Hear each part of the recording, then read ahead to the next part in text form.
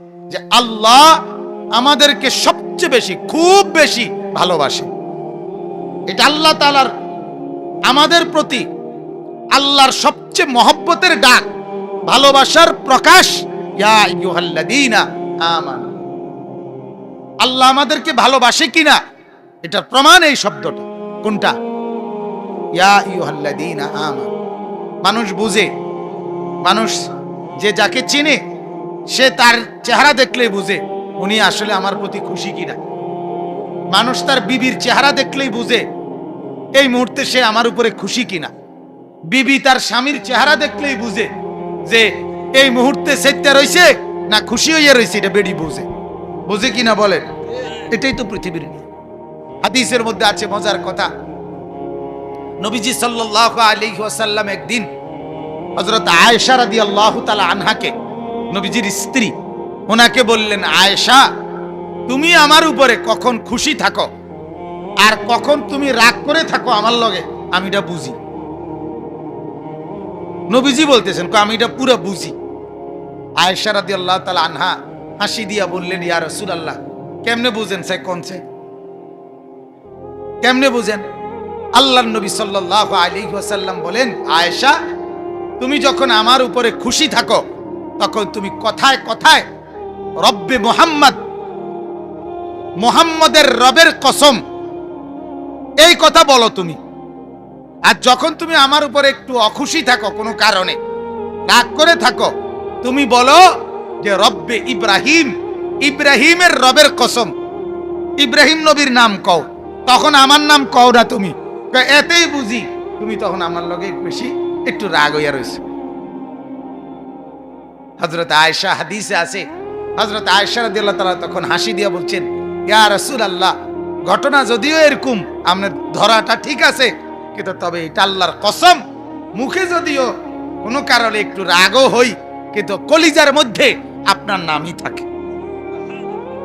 এটাও আছে হাদিসের সব, দিলের মধ্যে আপনার নামই থাকে।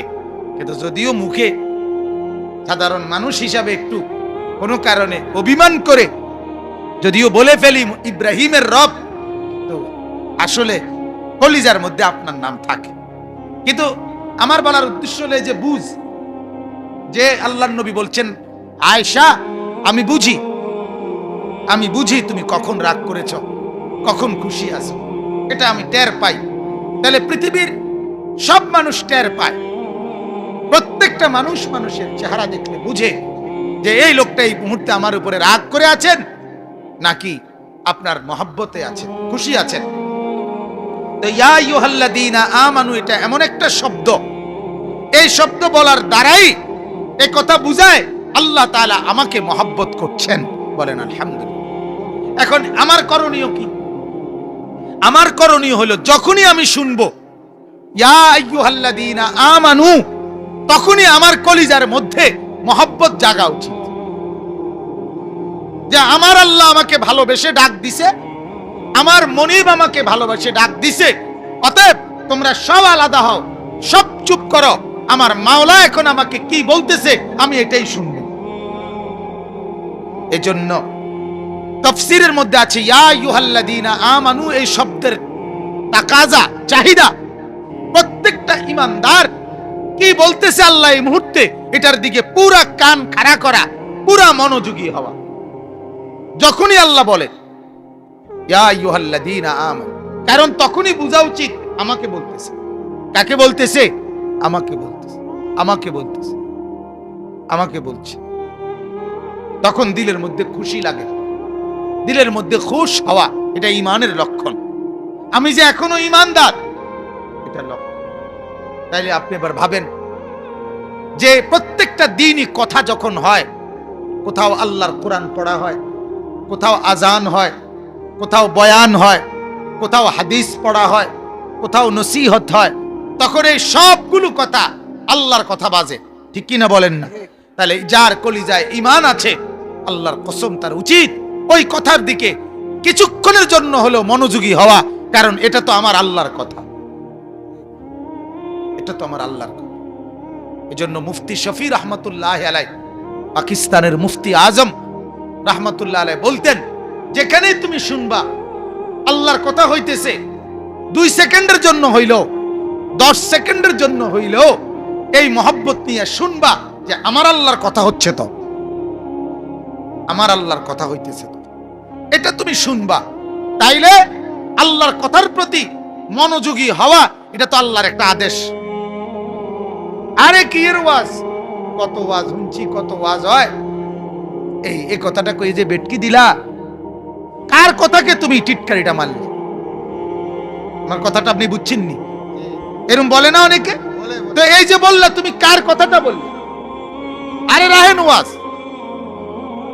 ওই যে আপনারে মনে করেন বললাম, জি আপনাকে বললাম যে অনেক মাহফিল আছে এরকম পোস্টার নিয়া, হ্যান্ডবিল নিয়া, কোন দোকানদারের কাছে কেউ চাইলো, বললো আর কি যে আমরার মাহফিল।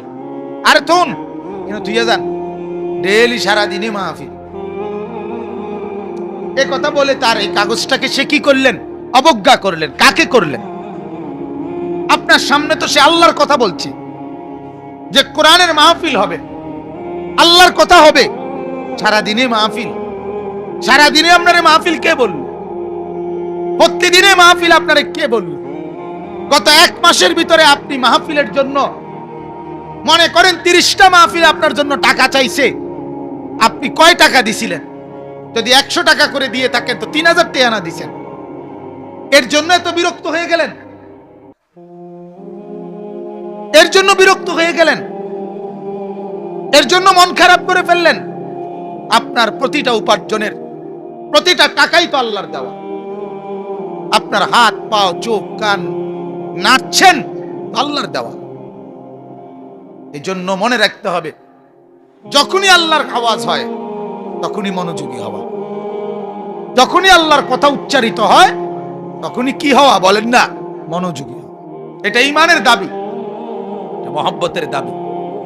আমি অনেক সময় বলি, এটা দেখবেন কোন কর্মচারী, কোন কোম্পানির কর্মচারী ছুটিতে আসছে, 3 দিনের ছুটি।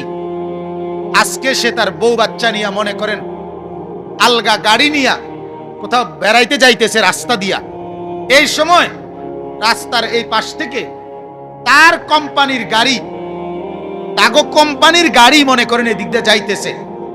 এই কর্মচারী তখন কি করে? সাথে সাথে বিবি বাচ্চাকে বলে, দেখো দেখো দেখো দেখো, এই যে আমাকে কোম্পানির গাড়ি, এটা ঠিক কিনা? বলে কিনা বলে? তার কলজার ভিতরে তখন একটা আলগা কি হয়, ভাব তৈরি হয়, এই দেখো দেখো, এটা আমাকে কোম্পানির গাড়ি, এই কোম্পানিতে আমি চাকরি করি। বলে কিনা বলেন?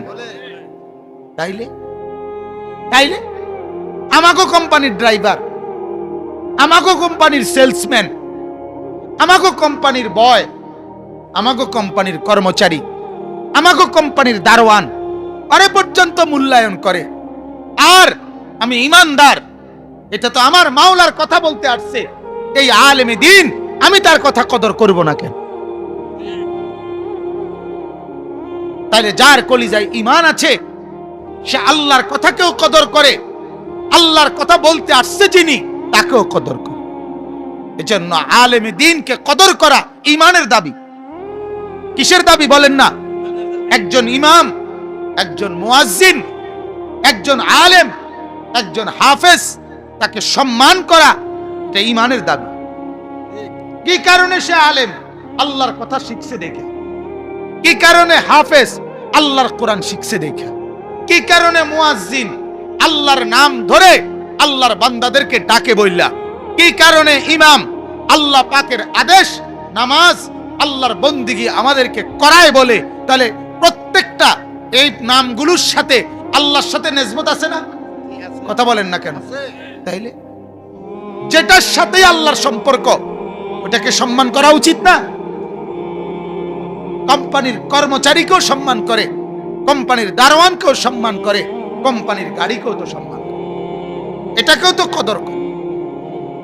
এজন্য আল্লাহ তাআলা যখন বললেন ইয়া আইয়ুহাল্লাযীনা আমানু, হে ঈমানদারগণ, হে মুমিনগণ, সাথে সাথে যার দিলে ঈমান আছে তার উচিত তার কলিজাটা একটা নাড়া দিয়ে ওঠা, তার কানটা খাড়া করা, সব দিক থেকে চুপ হয়ে আল্লাহর কথা শোনা। আমার মনে আছে আমার আব্বারে দেখতাম যখন মোবাইলে কল আসতো, আমার আব্বারে যদি বলতাম আব্বা আমনের লগে কথা কইব, মোবাইল দিয়া কেউ, আমার কোনো ভাই বা অন্য কেউ, আমার আব্বা সহজ সরল মানুষ ছিলেন, আলেমে দ্বীন ছিলেন, আল্লাহওয়ালা মানুষ ছিলেন। তো মোবাইলে তো ওই পাশ থেকে কথাটা মোবাইলের কারণে আস্তে শোনা যায়, মানে কানে তো বুঝাই যায় পরিষ্কার, কিন্তু কানে লাগাইয়া কথা শুনলে শিক্ষার দিয়ে তো শোনা যায় না, কথাটা বুঝছেন না? ওই পাশের কথাটা তো স্বাভাবিক হালকা না। তা আমার আব্বা মনে করতো যে কথা মনে আস্তে আস্তে শোনা যায়, এই জন্য আমার আব্বারে দেখতাম সাইডে মাইডে আমরা কেউ দাঁড়াইলে বা আমরা ছোট ভাই বোন বা আব্বার নাতি নাতনি সব সরাই দিত, সর সর সবাই সর, মানে হেবড়ন মোবাইলে কথা কইব। বাপরে, একটা বিরাট ব্যাপার। আব্বারে আমি বহুদিন বলছি, আব্বা আপনি কেউ রে সরানোর দরকার নাই, এটা আপনারটা আপনি কথা কইলেই সারে, কে বুঝায় কার কথা, হেবড়া এটা বুঝে না। হ্যাঁ, তাইলে এটা তার ভিতরে একটা আলাদা কাজ করে ভাব। তাহলে আমার আল্লাহর কথা, আজান, কোরআন, আল্লাহর ডাক, এটা শুনবার সাথে সাথে দিলের মধ্যে একটা কম্পন তৈরি হওয়া, এটা ঈমানের পরিচয়। কলিজার মধ্যে একটা নাড়া আসা। ফাইদা সামিউ মা উনজিলা ইলার রাসূল তারা আইনাহুম তাফীদু মিনাদ দামঈ। আল্লাহ কোরআনে বলে, ও নবী, আপনার সাহাবীদের হালাত এরকম, যখনই তারা আপনার জবানে আমি আল্লাহর পক্ষ থেকে নাজিলকৃত কোরআন যখনই শুনে, আপনার সাহাবীদের চোখ থেকে তখন অঝরে পানি ঝরতে থাকে। এটা কোরআনের শান, সাহাবায়ে কেরামের শান। এটা কোরআনে আছে। নবীজি হযরত আব্দুল্লাহ ইবনে মাসউদ বলে, একদিন আমি সূরা নিসার শুরু থেকে তেলাওয়াত করতে করতে নবীজিকে শুনাইতেছিলাম, কোরআন পড়ে তেলাওয়াত করে ৪১টা আয়াত পড়ার পরে নবীজি আমাকে থামায় দিছে, থামায় দিয়া বলছে, হাসবুকা আল আন, আব্দুল্লাহ এখন থামো। হযরত আব্দুল্লাহ ইবনে মাসউদ বলেন রাদিয়াল্লাহু তাআলা আনহু, ফালতাফাততু ইলাইহি, আমি নবীজির চেহারার দিকে তাকালাম, তাকিয়ে দেখলাম ফাইদা আইনাহু তাযরিফান, নবীজির দুই চোখ আরে চেহারা থেকে, দুই চোখ থেকে অঝরে পানি ঝরতেছে। আল্লাহর নবী কোরআন শুনতেছেন আর কাঁদতেছেন। হয় কি আমাদের এমন? বছরের পর বছর মসজিদে মাগরিবের নামাজে, এশার নামাজে, ফজরের নামাজে আমরা আল্লাহর কোরআন শুনি, কই কোনোদিন কি চোখে কান্না আসছে? কোনোদিন কলিজার মধ্যে এই ভাবনাটা তো আসে না, এই কথাটাও তো মাথা তাইয়ে না, কদ্দুর কলজা তাইয়ে না, যে ইমাম সাহেবের পড়াটা যদি হয় এরম, আমি যে পড়ি সূরা কেরাত আরেক রকম, আমারটি যে আরেক রকম, কিরে বেটা হুজুরেরটার মতো আমার হয় না কা? এটা ঠিক করার জন্য আর কলিজাতে তো আসে। হেবড়া হেবড়ার এই ভুল লইয়াই, অশুদ্ধ লইয়াই বছরের পর বছর পার করতেছে, অথচ সে শুনতেছে মসজিদের ইমাম সাহেবের পড়া, ইমাম সাহেবের পড়া শুদ্ধ, নিজের পড়া তো বুঝাই যায় আমারটা অশুদ্ধ, কিন্তু এটা মানতে রাজি না, এটা ঠিক করতে রাজি না, এই গাঁটতারামি কইরা এমনি পার হয়ে যায়। অথচ পড়ালাই ১-১.৫ মিনিটে ২ মিনিটে, ঘটনাটা কি, আমি এটা কি নামাজ পড়ি, এটা তো ইমাম সাহেবের ওই নামাজ দেখে আন্দাজ করা উচিত। আল্লাহ রাসূল এটা বলছেন, কি বলছেন? ইন্নামা জুইলাল ইমামু লিউতাম্মা বিহি, নবীজি বলছে তোমাদের ইমাম কেন বানানো হলো? ইমাম বানানোই হইছে তোমরা তাকে অনুসরণ করবে, তার থেকে শিখবা, তার নামাজ, তার রুকু, তার সেজদা, তার কোরআন তিলাওয়াত, তার আত্তাহিয়াতুর জন্য অপেক্ষা করা, এটার থেকে তুমি শিখবা, তুমি অনুসরণ করবা, এটা উচিত। তাহলে ইয়া আইয়ুহাল্লাযীনা আমানু, এই কথা বলার দ্বারা আমাদের কাছে আল্লাহ পাকের পক্ষ থেকে চাওয়া হলো, তোমাদের যাদের ঈমান আছে তোমরা প্রত্যেকেই এটা শুনেই আমি আল্লাহ কি বলতে চাচ্ছি এই কথার দিকে সাথে সাথে মনোযোগী হওয়া। ২ নাম্বার কথা হলো, আরেকটা জরুরি বিষয় মনে রাখবেন, কোরআনুল কারীমের যেখানেই ইয়া আইয়ুহাল্লাযীনা আমানু আছে ৮৯ জায়গায়, প্রত্যেকটার পরেই হয় আল্লাহ তাআলা কোনো আমর নয়তো কোনো নাহি, হয় আল্লাহ তাআলা কোনো একটা কিছু করতে বলছে অথবা আল্লাহ তাআলা কোনো একটা জিনিস ছাড়তে বলছে, এটাই হিসাব। 89টার মধ্যে এই সিস্টেম, কোন আমর কিংবা কোন কি ইয়া আইয়ুহাল্লাযীনা আমানুত্তাকুল্লাহ, এই যে আমর, ইত্তাকুল্লাহ, হে ঈমানদারগণ আল্লাহকে ভয় করো। এই আদেশ, আদেশ কি না বলেন না? এটা আদেশ না? করো, আল্লাহকে ভয় করো, আদেশ এটা। আবার আল্লাহ তাআলা বলেন ইয়া আইয়ুহাল্লাযীনা আমানু লা তুলহিকুম আমওয়ালুকুম ওয়ালা আওলাদুকুম আন যিকরিল্লাহ, হে ঈমানদারগণ তোমাদের সম্পদ এবং সন্তানাদি তোমাদেরকে যেন আমি আল্লাহর জিকির ভুলায়া না দেয়, অর্থাৎ আমাকে ভুলো না। এই যে না, নিষেধ, একটা কি নিষেধ, এটাই সিস্টেম। হয়তো কোনো আদেশ, নয়তো কোনো কি ইয়া আইয়ুহাল্লাযীনা আমানুত্তাকুল্লাহ ওয়া কুলু কাওলান সাদীদা, হে ঈমানদারগণ আমি আল্লাহকে ভয় করো এবং সবগুলো কথা সত্য বলো, আদেশ। কি বলেন না? আদেশ, আল্লাহ তাআলা আদেশ। আবার আল্লাহ তাআলা আরেকখানে আরেক জায়গায় ইয়া আইয়ুহাল্লাযীনা আমানু দুখুলু ফিস-সিলমি কাফা, হে ঈমানদারগণ ইসলামের মধ্যে পুরাপুরি প্রবেশ করো, কি আদেশ। এগুলো কি বলেন না? আদেশ। আবার আল্লাহ তাআলা বহু জায়গায় নিষেধ করছেন, নিষেধ করছেন, আদেশও করছেন, নিষেধও করছেন। এইখানে আল্লাহ তাআলা নিষেধ করছেন, এখানে আল্লাহ তাআলা হে ঈমানদারগণ বলে তিনটা জিনিস নিষেধ করছেন। কয়টা জিনিস নিষেধ করছেন? এক নাম্বার, লা ইয়াসখার কওমুম মিন কওম, আল্লাহ তাআলা বলেন, অল্প কথায় বলছি, এক নম্বরে নিষেধ করেছেন আল্লাহ একজন অপরজনকে কোনোভাবেই তুচ্ছ তাচ্ছিল্য, বিদ্রুপ, ঠাট্টা, মস্কারি করবা না। আল্লাহ বলেন বিষয়টা এতটা গুরুত্বপূর্ণ, এজন্য আমি পুরুষদেরকে আলাদা বলতেছি, মহিলাদেরকে আলাদা বলতেছি। হে পুরুষরা, তোমরা এক পুরুষ আরেক পুরুষকে, একদল পুরুষ আরেক দল পুরুষকে ঠাট্টা করবা না, বিদ্রুপ করবা না, উপহাস করবা না, সুখরিয়া, তামাসখুর, ইস্তেহজা, তুচ্ছ তাচ্ছিল্য, উপহাস করবে না। আবার বলছে ওয়ালা নিসাউম মিন নিসাইন, তোমরা একজন মহিলা আরেকজন মহিলাকে, একদল মহিলা আরেক দল মহিলাকে ঠাট্টা করবা না, উপহাস করবা না, তুচ্ছ তাচ্ছিল্য করবা না, অবজ্ঞা করবা না। কেন? আল্লাহ বলেন আসা আন ইয়াকুনু খায়রাম মিনহু, আবার বলছে আসা আন ইয়াকুননা খায়রাম মিনহুন্না, হতে পারে তুমি পুরুষ, ওই পুরুষটাকে যে অবজ্ঞা করলা তোমার চাইতে সে আমি আল্লাহর কাছে উত্তম। হতে পারে তুমি মহিলা, যেই মহিলাটাকে অবজ্ঞা করলা, হতে পারে আমি আল্লাহর কাছে ওই মহিলা উত্তম যারে তুমি উপহাস করছো। কথা বুঝছেন কিনা? তাহলে এক নাম্বার হলো কাউকে ঠাট্টা করা, কাউকে উপহাস করা, কাউকে অবজ্ঞা করা, এটা হারাম।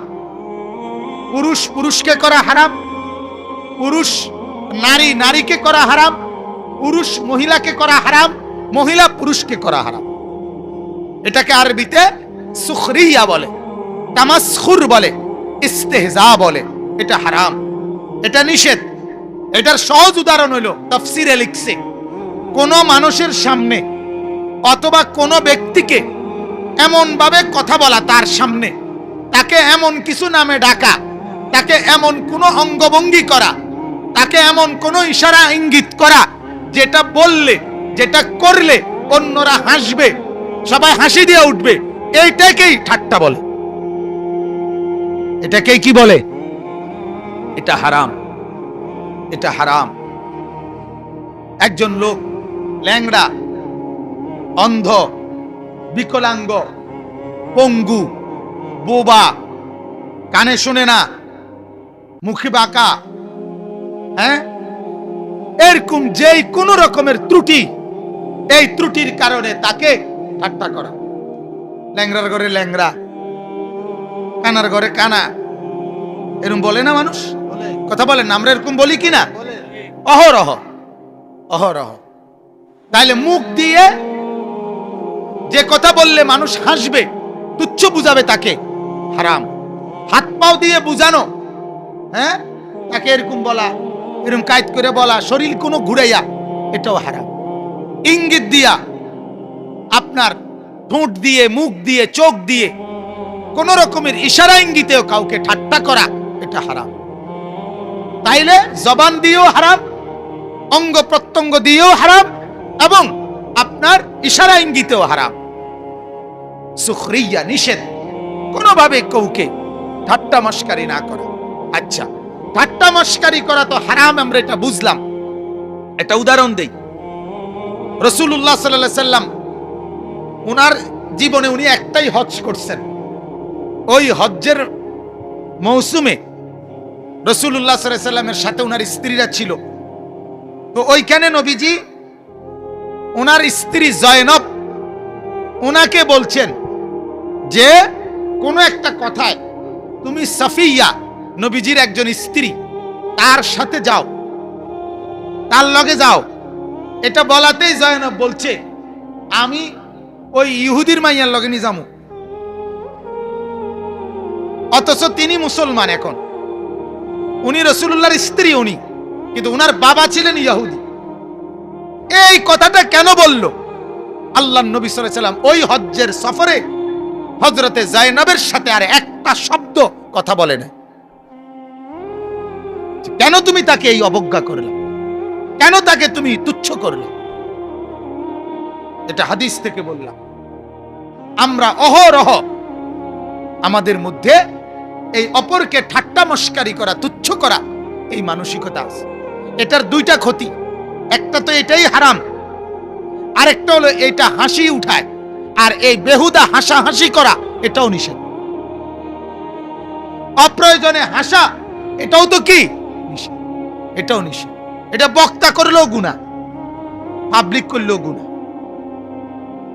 যে বক্তা অনর্থক হাসাহাসি করে, ঠাট্টা মজাক, শুধুমাত্র হাসাবার জন্য কৌতুক বলে, শুধুমাত্র হাসাবার জন্য গল্প বলে, এটা স্পষ্ট কবিরা গুনাহ।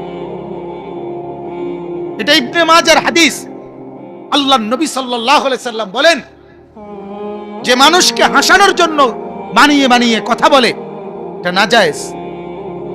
এমনি কইলে ভালো হয়, এমনি কইলে লোক হয়, এমনি কইলে মানুষে বেটকায় না, যেমনি কইলে মানুষে বেটকায়, আমার হেমনে কোনো দরকার নাই।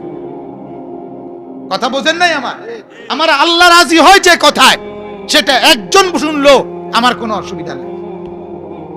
হযরত মাওলানা মুফতি দ্বীন মোহাম্মদ সাহেব লাস্ট একটা কথা বলছেন, আমার ভাল লাগছে। এই মাত্র বলে গেছেন যে এমন বক্তা হতে চাই না যে যেই বক্তার বক্তব্যের কারণে আমি হাসরের ময়দানে আমি আমার কথার কারণে আটকায়া যাবো, এমন বক্তা হওয়ার দরকার। মাশাআল্লাহ, ভালো কথা, এটা দামি কথা। এজন্য হাসাহাসি, অনর্থক, বেহুদা, এটা গুনাহ কিনা বলেন না?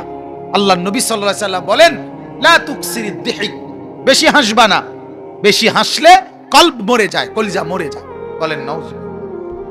আর 3 নাম্বার হলো এই ঠাট্টা মস্কারি আরেকটা ক্ষতি করে, সেটা হলো অহংকার বুঝায়। কি বুঝায়? আমি যাকে ঠাট্টা করছি এটা আমার পক্ষ থেকে কি বুঝাচ্ছে? অহংকার বুঝাচ্ছে। আর অহংকার করাও তো কবিরা গুনাহ, অহংকার করাও তো হারাম। হারাম কিনা বলেন? আল্লাহ তাআলা বলছে, ফামা ইয়াকুনু লাকা আন তাতাকাব্বারা ফিহা। ইবলিসকে আল্লাহ বলছে, ইবলিস আমার সামনে অহংকার করলে সাজে না। তাহলে কারো ব্যাপারে আল্লাহ অহংকার পছন্দ করে না। অতএব আল্লাহ তাআলা আমাদেরকে নিষেধ করেছেন কাউকে ঠাট্টা না করা, অবজ্ঞা না করা, উপহাস না করা, এমন শব্দ, এমন বাক্য, এমন অঙ্গভঙ্গি, এমন হাত পাওয়ার এমন ভাবে প্রকাশ করা যার দ্বারা অন্যরা হাসবে, অন্যরা মজাক করবে, মজা নিবে, এটা কোনো মানুষকে এরকম বিদ্রুপের পাত্র বানানো, এটা হারাম। 2 নাম্বার, ওয়ালা তালমিজু আনফুসাকুম। আল্লাহ তাআলা বলেন, তোমরা একে অপরের দোষ অন্বেষণ করিও না, সারাক্ষণ তার দোষ খুঁজো না, তাইলে পৃথিবীর কেউ তোমার হাত থেকে নিরাপদ থাকতো না। ঠিকই না বলে? আরবিতে একটা সুন্দর প্রবাদ আছে এই কথার উপরে, এটাই সুন্দর, একবারে চমৎকার একটা, ফিকা উয়ুবুন ওয়ালিন্নাসে আয়ুন। আরবি এটা প্রবাদ যে তোমার বহু ত্রুটি আছে, মানুষেরও চোখ আছে। তোমারও কি আছে? মানুষেরও। ফিকা উয়ুবুন ওয়ালিন্নাসে আয়ুন, তোমারও ত্রুটি, মানুষেরও কি আছে। কাজেই তুমি যদি অপরের দোষ তালাশ করো, সেও তোমার কি করবে? দোষ তালাশ। এটা নিষেধ। 3 নাম্বার, শেষটা, ওয়ালা তানাবাজু বিল আলকাব। আল্লাহ তাআলা বলে কাউকে কোনো মন্দ নামে, যেই নামে ডাকলে সে কষ্ট পায়, তার ফ্যামিলি হয়তো কেউ এরকম করছে, তার পরিবারের কেউ এরকম ছিল, অথবা সে তার জীবনের কোনো ত্রুটি, শারীরিক কোনো ত্রুটি, অথবা তার কোনো মন্দ কারণ আগে ছিল, এখন তওবা করে গুনাহ করে মুক্ত করে নিজেকে পবিত্র বানায় ফেলছে, তবুও তুমি তাকে মন্দ নামে ডাকা, এটা আল্লাহ তাআলা বলেন এটা নিষেধ। কাউকে মন্দ নামে ডাকা, যে নাম শুনলে সে কষ্ট পাবে, এটা নিষেধ। কয়টা নিষেধ হইল? 3টা। 1 নাম্বার, অপরকে ঠাট্টা করা, উপহাস করা নিষেধ। 2 নাম্বার, একে অপরের দোষ, সারাক্ষণ দোষ তালাশ করা, এটা কি? নিষেধ। 3 নাম্বার, অপরকে মন্দ নামে ডাকা, এটা কি? নিষেধ। আল্লাহ বলেন বিইসা আল ইসমুল ফুসুকু বাদাল ঈমান।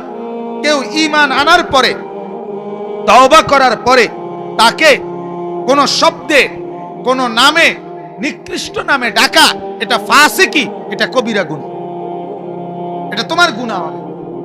আমান লাম ইয়াতুব ফাউলাইকা হুমুজ জালিমুন। আল্লাহ বলেন এই মন্দ অভ্যাস থেকে যে অপরকে ঠাট্টা করেছিল, যে অপরের বেহুদা দোষ তালাশ করছিল, যে অপরকে মন্দ নামে ডাইকা তারে কষ্ট দিছিল, এই গুনাহ থেকে যে তওবা করবে না, আল্লাহ বলে সে জালেম। সে কি বলেন? জালেমের ঠিকানা জাহান্নাম। আল্লাহ তাআলা আজকে আমরা যারা বসছেন, একজনই বসেন, আমার কোনো অসুবিধা নাই এতে, একজনও যদি শুনে থাকেন, তাহলে আমরা প্রত্যেকের জন্য 2 সবক। 1 সবক হলো জিন্দেগির মূল ফিকির যেন হয় আখিরাত, মনে আসেনি?